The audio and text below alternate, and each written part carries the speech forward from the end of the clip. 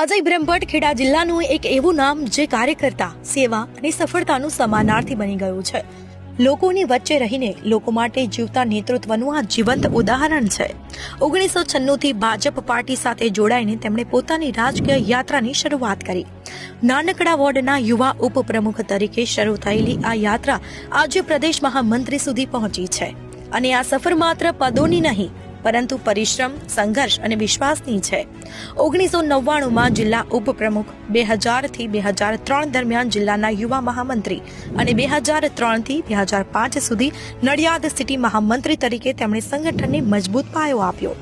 2 વખત જિલ્લા મંત્રી તરીકે જવાબદારી નિભાવી અને 1999 થી 2021 સુધી સતત નડિયાદ નગરપાલિકા સભ્ય રહીને લોકસેવાની પરંપરા જાળવી.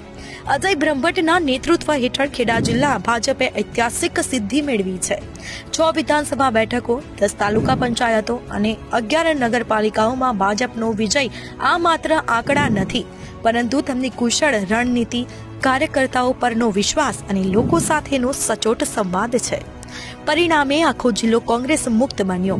2021માં જિલ્લા મંત્રી, 2022માં જિલ્લા મહામંત્રી અને 2023માં જિલ્લા અધ્યક્ષ તરીકે તેમણે સંગઠનને નવી ઊંચાઈ આપી. 2025માં ભાજપ પ્રદેશ મહામંત્રી તરીકે મળેલી મોટી જવાબદારી તેમની કાર્યક્ષમતા અને વિશ્વસનીયતાનું પ્રતિબિંબ છે.